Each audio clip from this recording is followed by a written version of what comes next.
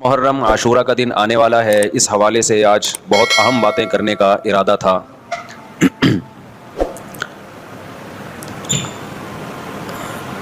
محرم میں کیا کرنا چاہیے، کربلا کا واقعہ اصل ہے کیا؟ کربلا کے واقعے پر تو میں پورا بیان چند سال پہلے ریکارڈ کروا چکا ہوں، لیکن اس واقعے سے اہم سبق کیا ملتے ہیں؟ محرم میں ہم کون سے ایسے کام کر رہے ہیں جس سے ہم اللہ کے غضب کے مستحق ٹھہر رہے ہیں؟ محرم میں کیا کیا ہو رہا ہے میں آپ کو بتاتا ہوں۔ ان میں سے کوئی بھی عمل نہ ہمیں قرآن سے ملتا ہے نہ صحابہ سے ملتا ہے ہمیں۔ سیدنا حسین ابن علی رضی اللہ تعالی عنہ جو جنت کے جوانوں کے سردار ہیں، آپ سے محبت کا دعویٰ اس وقت مقبول ہوگا جب آپ سیدنا حسین کی سیرت کو فالو کریں گے۔ رونا پیٹنا ماتم کرنا یہ سیدنا حسین اور اہل بیت کی سیرت نہیں ہے۔ اس بات میں دو رائے نہیں ہو سکتی کہ سیدنا حسین رضی اللہ تعالی عنہ کو جو کربلا میں شہید کیا گیا یہ کائنات کا بدترین ظلم تھا۔ جس نے آپ کی گردن مبارک پہ تلوار رکھی اس کی بدبختی میں دو رائے نہیں ہو سکتی۔ بہت ہی کوئی شقی اور بدبخت جو نواسہ رسول صلی اللہ علیہ وسلم کے قتل کی طرف بڑھا، بہت ہی کوئی بدبخت اور بدنصیب جو کوفہ کے گورنر ابن زیاد کے کہنے پر نواسہ رسول سے لڑنے کے لیے نکلا، جو اس ظلم کو ظلم نہیں مانتا وہ بھی اپنے آپ کو جہنم میں جانے کے لیے تیار کر رہا ہے۔ پھر کربلا میں ایک بڑا ظلم یہ ہوا کہ صرف سیدنا حسین ابن علی کو شہید نہیں کیا گیا، آپ کے ساتھ جتنے مرد تھے سب کو شہید کر دیا گیا۔ لیکن ہمیں پیغمبر صلی اللہ علیہ وسلم اور صحابہ کی سیرت میں کیا ملتا ہے؟ میں ایک آیت سے آپ کو سمجھاتا ہوں۔ مشرکین مکہ حضرت ابراہیم علیہ الصلاۃ والسلام کے نسب میں ہونے پر اور آپ سے محبت پہ بڑا فخر کیا کرتے تھے کہ ہم ابراہیم کی اولاد میں ہیں، ہم ابراہیم کے دین پہ ہیں۔ اللہ نے کیا فرمایا رسول اللہ صلی اللہ علیہ وسلم سے کہ ان اول الناس بابراہیم للذین اتبعوہ، اے نبی آپ ان سے کہہ دیجئے ابراہیم سے محبت کے خالی پیلی کے دعوے مقبول نہیں ہیں، ابراہیم کے زیادہ حقدار وہ ہیں جو ابراہیم علیہ السلام کی اتباع کرتے ہیں، اور یہ پیغمبر اور صحابہ یہ ابراہیم علیہ السلام کے دین کو فالو کرتے ہیں، اور تم ابراہیم کے دین کو فالو نہیں کر رہے، ان سے محبت کے دعوے دار ہو۔ تو خالی محبت کے دعوے داری اللہ کے ہاں مقبول نہیں ہے، اللہ کے ہاں وہ محبت کی دعوے مقبول ہیں جس میں آپ محبوب کو فالو کر رہے ہوں۔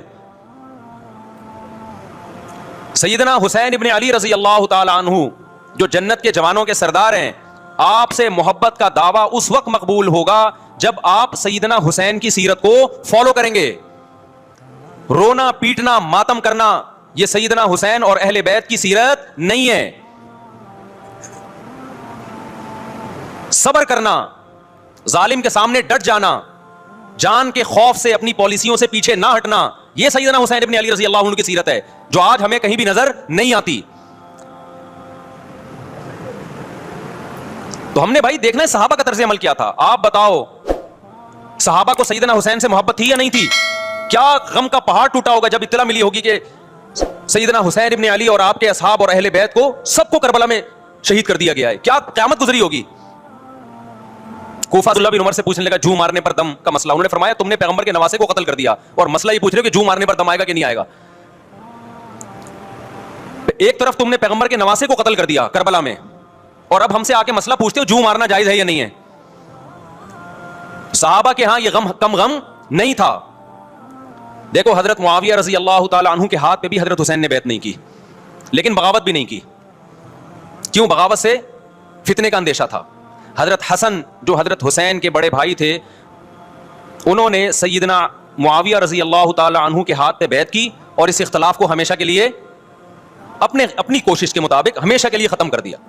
ختم ہوا نہیں ہوا ایک الگ بحث ہے، لیکن حضرت حسن کا مقصد کیا تھا کہ مسلمانوں کی دو جماعتوں کو میں آپس میں لڑتا ہوا نہیں دیکھ سکتا۔ لوگوں نے کہا آپ خلافت کے حقدار ہیں، آپ نے فرمایا میں دستبردار ہوتا ہوں سیدنا معاویہ کے حق میں۔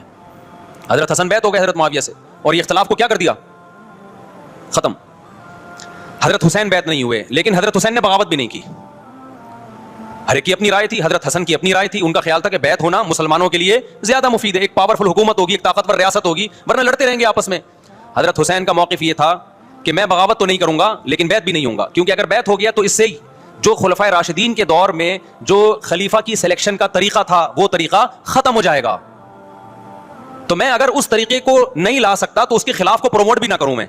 یہ بھی ایک رائے تھی۔ میں سمجھا پا رہا ہوں اپنی بات؟ بھائی رائے کا اختلاف ہوتا ہے نا، نبی صلی اللہ علیہ وسلم نے فرمایا اذا اجتہد المجتہد فإن اصاب فلہ اجران وإن اخطأ فلہ اجر واحد. جب کوئی مجتہد اللہ کی رضا کو سامنے رکھ کے اجتہاد کرتا ہے, صحیح اور غلط کا فیصلہ کرنے بیٹھتا ہے, رائے یعنی اس کا مقصد اللہ کی رضا ہو, تو اگر وہ درست نتیجے پہ پہنچے تو 2 ثواب, غلط نتیجے پہ پہنچے تو بھی 1 نیکی اس کو ملتی ہے, اس لیے کہ اس کے بس میں جو خیر خواہی کا کے لیے جو تھا وہ اس نے کر دیا. رائے کا اختلاف ہوتا ہے. تو حضرت حسن رضی اللہ تعالیٰ عنہ بیعت ہوئے حضرت معاویہ کے ہاتھ پہ, سیدنا حسین نہ بیعت ہوئے اور نہ آپ نے بغاوت کی, خاموشی اختیار کی.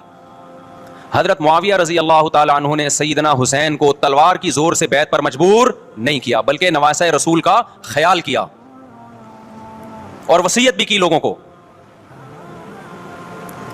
لیکن جب حضرت معاویہ کے بعد یزید جانشین ہوا, اس کی سب سے بڑی غلطی یہ تھی کہ اس نے نواسۂ رسول صلی اللہ علیہ وسلم اور آپ کے ساتھ جو چند اہل بیت اور چند صحابہ تھے, اس وقت بھی حضرت حسین نیوٹرل تھے. نہ حضرت حسین نے بغاوت کا ارادہ کیا اور نہ بیعت کرنے کا ارادہ کیا. یزید ابن معاویہ کو چاہیے تھا کہ سیدنا حسین رضی اللہ عنہ کو اپنے حال پہ چھوڑ دیتا, اپنے والد کی طرح.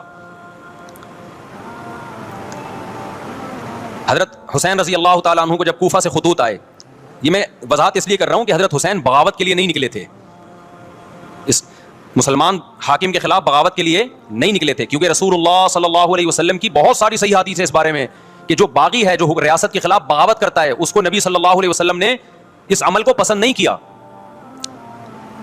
تو حضرت حسین رضی اللہ تعالیٰ عنہ کو کوفہ سے خطوط آئے کہ یہاں سارے کے سارے لوگ آپ کے ہاتھ پہ بیعت کرنے کے لیے تیار ہیں. ظاہر ہے جب کسی علاقے کے لوگ دارالخلافہ ہو اور سب بیعت ہونے کے لیے تیار ہوں تو پھر آپ کا جانا یہ بغاوت کا عمل نہیں کہلاتا. حضرت حسین رضی اللہ تعالیٰ عنہ اہل بیت کے ساتھ نکلے, کربلا میں جب پہنچے, مشہور واقعہ آپ 20 دفعہ سن چکے ہیں, وہاں جا کے آپ کو اطلاع ہوئی کہ وہ خبر غلط تھی, اور عبید اللہ بن زیاد نے ایک پورا لشکر بھیجا سیدنا حسین رضی اللہ تعالیٰ عنہ کو مجبور کرنے کے لیے کہ میرے ہاتھ پہ آپ زبردستی بیعت ہو جائیں. تو حضرت حسین رضی اللہ تعالیٰ عنہ نے مطالبے رکھے کہ یا تو مجھے واپس جانے دیا جائے, اور اگر بیعت کرنا ہی ہے تو میں دمشق میں امیر کے ہاتھ پہ جا کے بیعت کروں گا.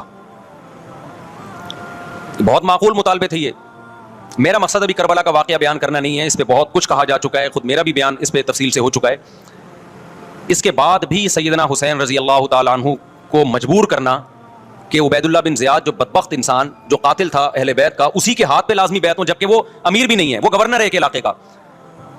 تو نواسۂ رسول کا خیال نہ کرنا یہ بدترین ظلم تھا جو اس وقت حکومت سے ہوا ہے. حضرت حسین رضی اللہ تعالیٰ عنہ, دیکھو نبی صلی اللہ, آج ہم دیکھتے ہیں کہ جو بڑا آدمی ہوتا ہے نا, اس کی قربانیاں ہوتی ہیں, اس کی بڑی بڑی قربانیاں ہوتی ہیں. چھوٹے اپنے بڑوں کی قربانیوں کو کیش کراتے ہیں. آپ نے دیکھا ہوگا فلاں نے بڑی قربانیاں دی اور بچے موج کر رہے ہیں, دیکھا نا آپ نے. لیکن اللہ تعالیٰ نے رسول اللہ صلی اللہ علیہ وسلم کے نسب کو اس سے محفوظ کیا. ہمارے نبی کے 2 بیٹے حسن حسین, آپ کی نسل حضرت فاطمہ سے چلی ہے, دونوں شہید ہوئے ہیں. اس میں بہت بڑی حکمت تھی کہ پیغمبر صلی اللہ علیہ وسلم نے سب سے پہلے تربیت اپنے گھر والوں کی ہے. آج لوگ باہر فنٹر بنے ہوئے ہوتے ہیں, تبلیغیں کر رہے ہوتے ہیں, اپنے گھر کی ان کو پرواہ نہیں ہوتی. نبی صلی اللہ علیہ وسلم نے سب سے پہلے جو تربیت کی ہے, کس کی ہے؟ حضرت حسن اور حسین کی ہے. تو جب کربلا میں آپ کو چاروں طرف سے گھیر لیا گیا اور آپ کو مجبور کیا گیا کہ آپ نے ابن زیاد کے ہاتھ پہ بیعت کرنا ہے, تو آپ نے اس ذلت کو گلے لگانے سے انکار کر دیا. آپ کو 100% یقین تھا کہ اتنے بڑے لشکر کے سامنے میں ٹھہر نہیں سکتا, اسباب کی دنیا میں فتح کی امید نہیں ہے. لیکن حضرت حسین رضی اللہ تعالی عنہ نے لڑنے کا فیصلہ کر کے اور شہادت کو قبول کرنے کا فیصلہ کر کے ابن زیاد اور اس زمانے کے حکمران جو اس قتل پہ راضی تھے, قیامت تک کے لیے ان پہ لعنت کے سلسلے کا دروازہ کھول دیا. بعض دفعہ اللہ بھی یہ چاہتے ہیں کہ ڈھیل ملے تاکہ ان کا جرم سنستدرجہم من حیث لا یعلمون. قرآن کہتے ہیں نا ہم ان کو ڈھیل دیں گے, ان کو برائی میں ہم آگے بڑھنے دیں گے, ایسے بڑھنے دیں گے کہ ان کو خود بھی پتہ نہیں چلے گا, تاکہ قیامت کے دن ان کا عذاب ان کو کئی گنا بڑھا کر دیا جائے. اب میرے بھائی ہمارے لیے کیا سبق ملتا ہے؟ جب یہ واقعہ ہوا عالم اسلام میں کوہرام مچ گیا, لیکن کیا اس واقعے کے بعد اہل بیت کی جو مقدس اور پاکیزہ عورتیں تھیں, کیا انہوں نے نوحہ کیا یا صبر کیا؟ آپ کا ضمیر کیا کہتا ہے, انہوں نے نوحے پڑے ہوں گے یا صبر کیا ہوگا؟ بولو بھائی, صبر کیا. عبداللہ بن عمر رضی اللہ تعالیٰ عنہ جو کوفہ والوں کو ملامت کیا کرتے تھے کہ تم جو مارنے کے مسئلے ہم سے پوچھتے ہو, تم نے حسین کا قتل کر دیا, تو یہ حضرت ابن عمر نے اسی لیے کہا نا کہ آپ کو اس کا غم ہوا تھا. تو ابن عمر کا عمل کیا تھا؟ کیا انہوں نے ماتم کیا؟ کیا انہوں نے چھروں سے اپنے آپ کو مارا؟ حضرت حسین کا قتل بھی ظالمانہ, اور اس سے پہلے سیدنا عثمان کا قتل بھی ظالمانہ. اگر نوحہ یا ماتم جائز ہے تو حضرت عثمان کی شہادت کے دن بھی جائز ہے, حضرت حسین کی شہادت کے دن بھی جائز ہے, اور اگر ناجائز ہے تو جیسے عثمان کی شہادت کے دن ناجائز, حسین کی شہادت کے دن بھی ناجائز ہے. سمجھ میں آ رہی ہے بات کہ نہیں آ رہی ہے؟ قرآن کیا کہتا ہے ایسے مواقع کے بارے میں؟ تلک امۃ قد خلت لہا ما کسبت ولکم ما کسبتم. قرآن جب بھی پرانی امتوں کے واقعات بتاتا ہے, قرآن کہتا ہے یہ ایک قوم تھی جو گزر گئی, انہوں نے جو کیا اس کا بدلہ ان کو ملے گا, تم جو کرو گے اس کا بدلہ تمہیں ملے گا. تو ہمیں اللہ نے اس واقعے میں بھی بتا دیا کہ سیدنا حسین کا واقعہ, کربلا کا واقعہ جب سنا کرو تو یہ سوچا کرو یہ قوم تھی جو گزر گئی, جس نے اچھا کیا, حسین ابن علی نے اچھا کیا, ان کو اس اچھائی کا بدلہ ملے گا. اور جو حضرت حسین کے قتل کے حضرت سیدنا حسین کے مبارک خون سے جن کے ہاتھ آلودہ ہوئے, کیونکہ قتل کیا نا انہوں نے, تو لہا ما کسبت, ان کو اس ظلم کا بدلہ بھی ملے گا. تو ہمارا کام کیا ہے؟ ہم نے فالو کرنا ہے حسین کے راستے کو, نہ کہ حسین کے نام پہ ہم نے ماتم کرنے ہیں. حسین کا راستہ کیا ہے جس کو ہم نے فالو کرنا ہے؟ اب میں چند چیزیں آپ کو بتاتا ہوں. سب سے پہلا سبق جو ہمیں کربلا میں ملتا ہے کہ عزت اور دین ایک طرف دنیا ہے. دیکھو اگر حضرت حسین رضی اللہ تعالیٰ عنہ ابن زیاد کے ہاتھ پہ جا کے بیعت ہو جاتے, آپ کیا سمجھتے ہو بے تحاشا مال و دولت حضرت حسین پہ خرچ نہیں کرتا کیا وہ؟ جب ایک بڑا آدمی کسی کے ہاتھ پہ بیعت ہوتا ہے تو اس کو بھی تو فائدہ ہوتا ہے نا اس سے. اور کیا حضرت حسین کو یقین نہیں تھا کہ کربلا میں شہید ہو جاؤں گا؟ فتح اور نصرت کی اسباب کی دنیا میں کوئی امید نہیں تھی, مگر آپ نے اہل بیت کو کربلا میں رسوا کرنے پر عزت کی موت کو ترجیح دی ہے. آج اگر آپ میں یہ ظرف ہے کہ آپ عزت کی موت کو ذلت کی زندگی پر ترجیح دیتے ہو تو پھر آپ حسینی ہو. نہیں یہی بات میرا خیال ہے سمجھ. سیدنا حسین کی سخاوت کے واقعات ہیں. سیدنا حسین باغی نہیں تھے رضی اللہ عنہ. پھر جو اہل بیت کا طرز عمل کیا تھا, محرم میں کیا کیا ہو رہا ہے میں آپ کو بتاتا ہوں. ان میں سے کوئی بھی عمل نہ ہمیں قرآن سے ملتا ہے نہ صحابہ سے ملتا ہے ہمیں. تو ما انا علیہ و اصحابی جو جنتی فرقہ ہوگا اس کی جو علامتیں ہیں, تو جب آپ ان علامتوں کے خلاف چلو گے, صحابہ اور تابعین کو فالو نہیں کرو گے, تو آپ پھر اپنے آپ کو سنی کہنا چھوڑ دو. آپ بتاؤ مجھے اسلام میں کوئی مہینہ منحوس ہے؟ بولو نا, کوئی مہینہ منحوس ہے؟ تو آپ محرم کو منحوس کیوں کہتے ہو؟ لوگ مجھے کہتے ہیں مفتی صاحب فرقہ واریت پھیلا رہے ہیں. دیکھو فرقہ واریت جب پھیلا رہا ہوں جب میں کسی فرقے کے خلاف آپ کو کر رہا ہوں. میرے بیان شیعہ لوگ بھی سنتے ہیں, ملتے بھی ہیں, بہت دفعہ ایئرپورٹ پہ ملاقات ہوئی, بڑی عزت سے ملے, میں شیعہ ہوں لیکن آپ سے محبت کرتا ہوں. یہاں مسجد میں بھی آتے ہیں, میں نے کبھی کسی پہ طنز نہیں کیا. اس لیے میں بار بار کہتا ہوں جو شیعہ کا مذہب ہے اس کو کرنے دو. وہ سبیلے لگاتے ہیں, آپ ان کو مت چھیڑو, جا کے تنگ نہ کرو ان کو. وہ ماتم کرتے ہیں, آپ ان کو مت چھیڑو. وہ نوحے کرتے ہیں, وہ نوحے پڑھتے ہیں, آپ ان کو مت چھیڑو. لیکن آپ اپنی پوزیشن واضح کرو کہ آپ شیعہ ہو یا آپ سنی ہو. آپ تو ایک طرف ہو جاؤ نا. محرم میں اگر آپ مرثیہ لگا کے گھوم رہے ہو گاڑیوں میں, اٹ مینز آپ سنی نہیں ہو. آپ نبی صلی اللہ علیہ وسلم کی حدیث ہے ہمارے پاس, ہم اہل سنت والجماعت ہیں, ہم سنت کو فالو کرتے ہیں. تو سنت کیا کہتی ہے؟ میتوں پہ گریبان چاک کرنا, میتوں پہ چیخو پکار کر کے رونا. آپ نے فرمایا لیس منا, وہ ہم میں سے نہیں ہے. اور اس عمل پہ آپ صلی اللہ علیہ وسلم نے لعنت فرمائی ہے. لوگ کہتے ہیں حسین کی یاد میں رونا نبی کی سنت ہے. نبی صلی اللہ علیہ وسلم کو جب جبریل نے بتایا کہ حسین شہید ہوں گے, آپ روئے, اس لیے کہ اس وقت آپ کو یہ خبر ملی تھی. لیکن کیا ہر محرم میں آپ نے رونے کا پروگرام کیا ہے یا صحابہ کو بیٹھ کے باقاعدہ رلایا ہے آپ نے؟ کیا ہو گیا بھائی؟ آپ کو بھی جب کربلا کا واقعہ کی خبر ملی آپ کی آنکھوں میں آنسو آ جائے, یہ نیچرل ہے, یہ حسین سے محبت کی علامت. لیکن ہر محرم میں باقاعدہ بٹھا کے رونے کا پروگرام کرنا یہ حسین سے محبت کی علامت نہیں ہے, بلکہ شریعت میں ناجائز ہے یہ غموں کو بڑھانا. یہ کہاں سے جائز ہو گیا؟ حضرت عثمان بھی تو شہید ہوئے تھے, نبی صلی اللہ علیہ وسلم کے داماد تھے, ان کی یاد میں آپ رونے کو سنت کیوں نہیں کہتے؟ ہماری نظر میں حسین کا قتل بھی بہت بڑا ظلم اور سیدنا عثمان کا قتل بھی بہت بڑا ظلم تھا. دونوں مظلوم تھے, دونوں مظلوم شہید تھے, ہمیں دونوں کی شہادت پہ غم ہے, لیکن اب اس غم کو مناتے نہیں ہیں. اسلام میں غم منانا سنت نہیں ہے. دیکھو جعفر طیار رضی اللہ عنہ, نبی کے چچا زاد بھائی, اہل بیت, جب آپ صلی اللہ علیہ وسلم نے ان کو لڑائی کے لیے میدان جنگ میں بھیجا, رومیوں سے لڑائی تھی, حضرت جعفر طیار کی 4 بیویاں تھیں. جب نبی صلی اللہ علیہ وسلم مسجد نبی میں بیٹھے, آپ کو فرشتوں نے اطلاع دی کہ جعفر طیار شہید ہو گئے. آپ صلی اللہ علیہ وسلم کی آنکھوں سے آنسو. یہ آنسو اس وقت نکلے جب عین شہادت کی اطلاع ملی ہے. اس وقت آنسوؤں کا نکلنا محبت کی علامت ہے. آپ نے صحابی رسول کو بھیجا کہ جاؤ آپ کی زوجات کو, بیویوں کو جا کے خبر دو کہ جعفر طیار شہید ہو گئے. کیا قربانی تھی صحابہ کی, آپ دیکھو ایسے جوان تھے جعفر طیار, خوبصورت جوان. غزوہ بدر میں جب مشرکین مکہ نے یہ نعرہ لگایا کہ حل میں مبارز, 3 سردار آئے, انہوں نے کہا پہلے تمہارے اندر سے 3 بہادر آئے ہم سے لڑیں.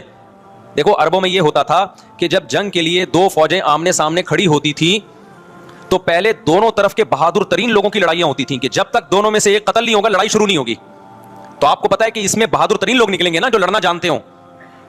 مشرکین مکہ کی طرف سے 3 یا 4 بڑے بڑے سردار آئے لڑائی سے پہلے, بدر میں لڑائی سے پہلے. انہوں نے نعرہ لگایا حل میں مبارز, کوئی ہے تم میں جو پہلے ہم سے لڑے. یعنی ادھر سے ہم 3 ہیں تو ادھر سے بھی کتنے چاہیے, 3 بندے. ادھر سے انصار صحابہ آئے. مشرکین مکہ نے کہا لیسو باکفائنا, یہ ہمارے جوڑ کے نہیں ہیں, قریشی ہاشمی چاہیے ہمیں, ہمارے نسب کے لوگ ہونے چاہیے. تو ادھر سے نبی صلی اللہ علیہ وسلم نے حضرت علی کو بھیجا اور حضرت جعفر طیار کو بھیجا. جن صحابہ کو بھیجا ان میں حضرت جعفر طیار بھی تھے. حضرت جعفر طیار رضی اللہ تعالیٰ عنہ اور سیدنا علی مقابلے میں غالب آ گئے.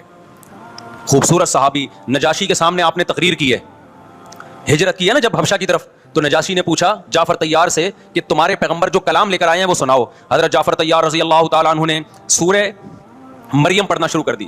کاف ہا یا عین صاد ذکر رحمت ربک عبدہ زکریا اذ نادى ربہ نداء خفیا قال رب انی وہن العظم منی واشتعل الرأس شیبا ولم اکن بدعائک رب شقیا وانی خفت الموالی من ورائی وکانت امراتی عاقرا فہب لی من لدنک ولیا.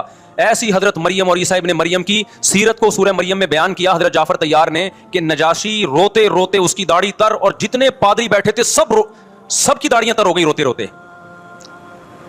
تو یہ تقریر جو نجاشی کے اسلام کا سبب بنے, بادشاہ کو مسلمان کرنے والے کون تھے, حضرت جعفر طیار.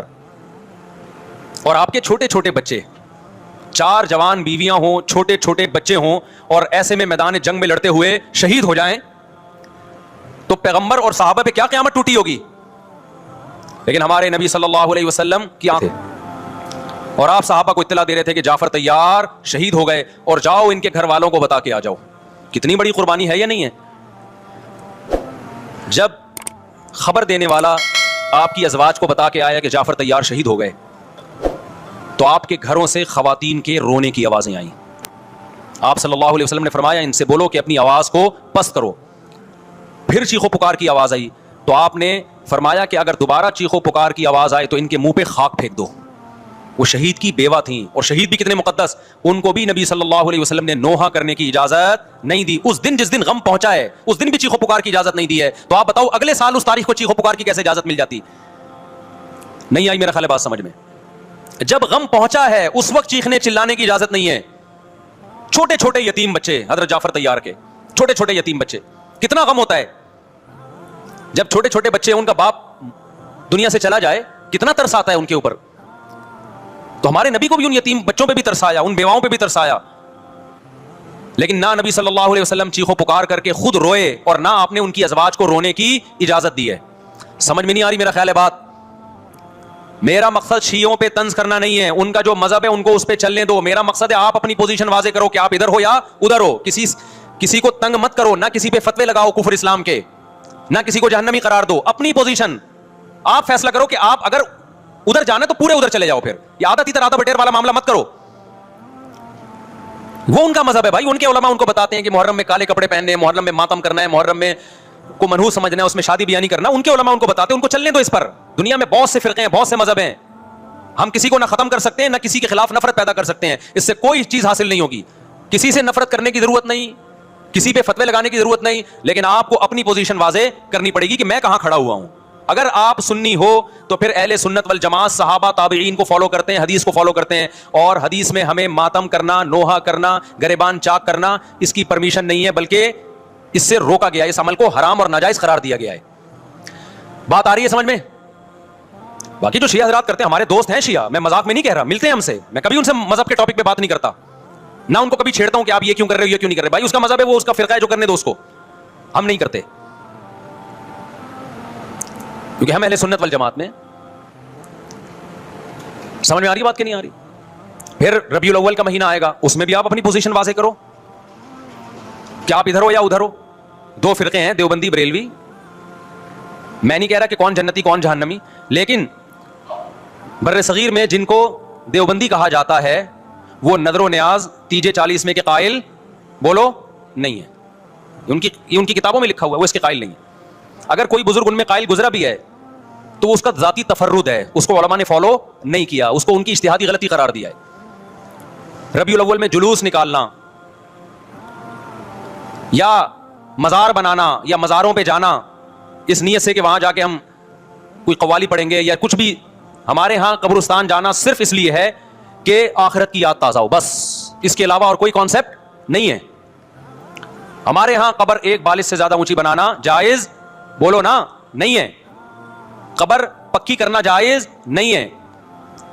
تیجے 40 میں کرنا جائز, بولو نہیں. آج ایک صاحب آئے کہنے لگے میری ساس کا 40واں ہے, فجر میں کہنے لگے مجھے, کہہ رہے میں نہیں گیا تو بڑا مسئلہ ہو جائے گا. میں نے کہا بھائی ایک فیصلہ کرو, گرین چینل یا وائٹ چینل, ایک طرف ہو جاؤ بھائی, کیونکہ وائٹ چینل میں یہ جائز نہیں ہے, نہ 40واں نتیجہ ہے. اب لوگ مذاق اڑاتے ہیں مر گیا مردود نہ فاتحہ نہ درود, بھائی کچھ بھی کہتے رہو تو پھر پورے ادھر کو ہو جاؤ, یا تو پورے وائٹ ہو جاؤ یا پورے کیا ہو جاؤ, پورے گرین ہو جاؤ. پھر تیجا بھی کرو, 40واں بھی کرو, برسی بھی کرو, اور پھر اس کے بعد جھنڈے بھی لگاؤ ہرے رنگ کے. میں نہیں کہہ رہا دیوبندی صحیح ہے یا بریلوی صحیح ہے, دیکھو میں یہ بحث نہیں کر رہا, میری بات کو غلط نہ لے کے جانا. میں کہہ رہا ہوں آپ اپنی پوزیشن واضح کرو, صحیح غلط تو اگلا مرحلہ ہے. آپ کیا ہو, آپ کو تو یہ نہیں پتا چل رہا. آپ ربیع الاول میں ہرے جھنڈے لے کے گھوم رہے ہو, رمضان میں آپ وائٹ چینل بنے ہوئے ہو, محرم میں آپ بلیک چینل بنے ہوئے ہو, تو پتہ ہی نہیں چل رہا تو ہے کیا بھائی. جب 73 فرقوں میں ایک جنتی ہے تو ایک کو فالو کرو نا جس کو جنتی سمجھتے ہو. اگر آپ سمجھتے ہو کہ بلیک چینل یا شیعہ فرقہ جنتی ہے تو پورے شیعہ ہو جاؤ بھائی. اگر آپ سمجھتے ہو بریلوی فرقہ جنتی ہے تو پورے بریلوی ہو جاؤ. تو جس کو سمجھتے ہو وہ بن جاؤ, لیکن پورے بنو, ادھورے مت بنو, آدھا آدھا نہ لو. بات سمجھ میں آ رہی ہے؟ میں پھر بتا رہا ہوں, نہ میں کسی کو جنتی کہہ رہا ہوں نہ جہنمی. میں یہ نہیں کہہ رہا دیوبندی جنت میں جائیں گے یا بریلوی جائیں گے یا شیعہ جائیں گے, یہ تو اللہ فیصلہ کرے گا. ہم تو وہ کریں گے جو ہماری کھوپڑی میں آ رہا ہے. ہماری کھوپڑی میں یہ آ رہا ہے کہ جس کو بھی کرو تو ایک کو کرو پورا, تاکہ ایک طرف ہو جاؤ. آدھے تیتر آدھے بٹیر مت بنو آپ, اور دوسرے کو چھیڑو بھی نہیں, چھیڑنے کی بھی ضرورت نہیں ہے. کوئی جو کر رہا ہے کہ بھائی اس کا مذہب ہے. دیکھو ہندو مندر میں جاتا ہے نا, ہماری رائے کے مطابق صحیح کر رہا ہے, غلط کر رہا ہے, غلط کر رہا ہے, لیکن ہم چھیڑتے ہیں کیا؟ اسلام نے اجازت دی اس کو چھیڑنے کی کہ ہندو جا رہا ہے اس کو پکڑ کے لا کیوں جا رہا ہے بھائی؟ اسلام بولا بھائی لکم دینکم ولی دین, تمہارے لیے تمہارا دین, ہمارے لیے ہمارا دین. لا اکراہ فی الدین, دین میں زبردستی نہیں ہے, جو کر رہا ہے اس کو کرنے دو. تبھی اسلامی تاریخ میں کوئی ایک مندر بھی ہمارے علم میں نہیں ہے کہ اس میں ہندوؤں پہ پابندی لگی ہو کہ مندر نہیں جا سکتے. جب تک اسلامی حکومتیں رہی ہیں ہندوستان میں 1000 سال مسلمانوں نے حکومت کی ہے. اگر ہندوؤں کو مندر جانے سے روک دیتے تو آج یہ مندر ختم ہوتے. اسلامی حکومت جب ختم ہوئی ہے تو بھی مندر لاکھوں کی تعداد میں مندر تھے. اسلام مسجد جانے کا حکم دیتا ہے یا چرچ جانے کا؟ بولو. مسجد. چرچ جانے کو غلط سمجھتا ہے کیونکہ وہاں غیر اللہ کی عیسیٰ ابن مریم کی عبادت ہو رہی ہے. لیکن کیا اسلام آپ کو پرمیشن دیتا ہے کہ کوئی عیسائی چرچ جا رہا ہو تو آپ اس کو روکو کہ تو یوں جا رہا ہے بے, مسجد میں آ؟ اجازت دیتا ہے؟ یا اسلام یہ کہتا ہے کہ اس سے بدتمیزی شروع کر دو آپ؟ بولو کیا ہو گیا؟ آپ کو سبق یاد کرا رہا ہوں میں, بدتمیزی شروع کر دو. یا اسلام یہ اجازت دیتا ہے کہ اس سے اچھا سلوک نہ کرو؟ قطعی اجازت نہیں, بلکہ قرآن تو کہہ رہے ہیں ان اللہ یحب المقسطین, جو غیر مسلم تم سے لڑ نہیں رہے میدان جنگ میں ان سے تمہیں اچھا سلوک کرنا پڑے گا, کیونکہ اللہ اچھا سلوک کرنے والوں کو پسند کرتا ہے. صحابہ کرام غیر مسلموں کو بھی ہدیے دیا کرتے تھے, نبی صلی اللہ علیہ وسلم نے یہودیوں کو بھی ہدیے دیے. تو جو مذہب اسلام کی طرف منسوب نہیں ہے, جب ہمیں ان سے اچھے سلوک کا حکم ہے, تو جو مذہب اسلام کی طرف منسوب ہیں, قطع نظر اس سے کہ وہ اس دعوے میں سچے ہیں یا جھوٹے, یہ تو بحث ایک الگ ہے, لیکن نسبت کس کی طرف کر رہے ہیں؟ اسلام کی طرف. تو ہمیں ان سے بدتمیزی بدسلوکی کی کہاں سے اجازت ہوگی؟ تو میں نہیں کہہ رہا کہ آپ شیعہ بریلویوں سے دشمنی کرنا شروع کر دو, ان کی دعوتیں اٹینڈ نہ کرو, ان سے کاروبار چھوڑ دو, یا ان کو جا جا کے تنگ کرو, کیوں سبیل لگا کے بیٹھے ہو, کیوں ماتم کر رہے ہو, یہ کام مت کرو آپ. ہمارا ملک اس فرقہ واریت کا متحمل نہیں ہے, اس سے فساد پھیلتا ہے. لیکن اپنی پوزیشن آپ واضح کرو, ایک لکیر ہے آپ کھینچ دو. اگر کوئی شخص آپ کے سامنے صحابہ کو برا بلا کہتا ہے, آپ بولو بھائی یہ میری باؤنڈری کیا ہو رہی ہے, کراس. میرے سامنے آپ کو ان بزرگوں کے خلاف بولنے کی اجازت نہیں ہے جن سے مجھے عقیدت ہے. اگر یہ کام آپ نے کیا تو ہماری اور آپ کی راہیں الگ الگ.